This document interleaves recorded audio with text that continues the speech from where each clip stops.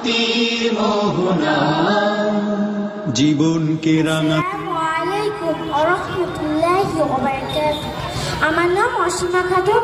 আমি আপনাদের সম্মুখে একটি কবিতা আবৃত্তি করতে চাই। কবি ভবানী প্রসাদ মজুমদারের লেখা ভালো লাগে।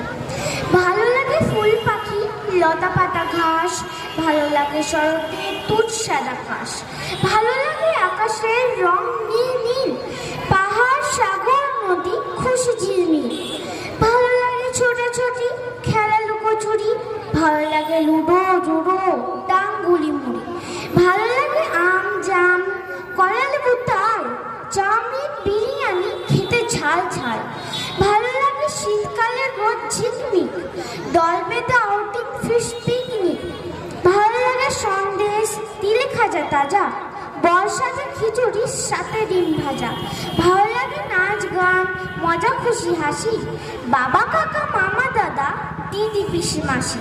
সবচেয়ে ভালো লাগে বলো দেখি কাকে, সবচেয়ে ভালো লাগে বাবা আর মাকে। আসসালামু আলাইকুম ওয়া রাহমাতুল্লাহি ওয়া বারাকাতুহু।